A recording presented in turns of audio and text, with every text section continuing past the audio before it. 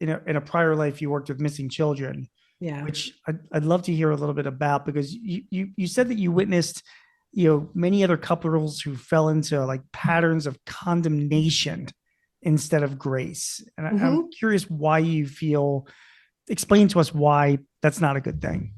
Well, I mean, I don't think you nor I can understand the pressure of a missing child. Right. So we have to acknowledge that first. Right. So I got as close as I hope I ever get into being able to be in really intimate spaces with parents moving through that living hell, quite frankly. And I would say this is the case under anything where partnership, it doesn't just have to be marriage, is stressed in a way that there's no social norming for it. And there's no social norming for what you're supposed to do and when you're supposed to do it, and the grieving process around a missing child.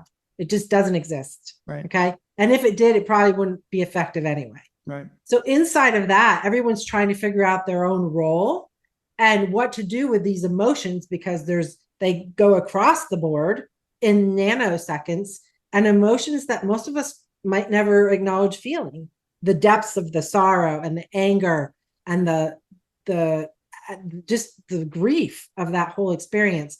So when you are trying to keep yourself afloat and you look over and there's your partner, you know, and they're trying to do the same thing, oftentimes one of you grasps onto the other's life preserver and unknowingly pulls that person underwater. Right. It's just a human reflex. It's not usually an intended evilness to it, but it That's the is something that condemnation part happens. you're talking about, right? Yeah. Yeah.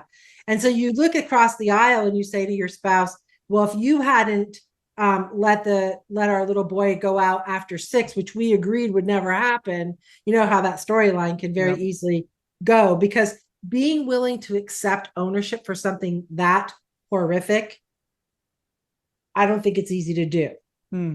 But it's way easy for all of us to just put it over there, to make it the spouse's problem, the community's problem, the abductor's obviously problem, society at large's problem. You know, if we were doing this better as society, we wouldn't have pedophilia be such a thing. If that wasn't so, it's a long drawn out story. Sure. And there's moments in there in any conflict that we have internally or externally, and this is definitely both of those, where we have windows of spiritualness that comes in, and sometimes it sweeps us up and it becomes the life preserval depending upon our faith and our practices, and other times it's the thing that holds our head under the water.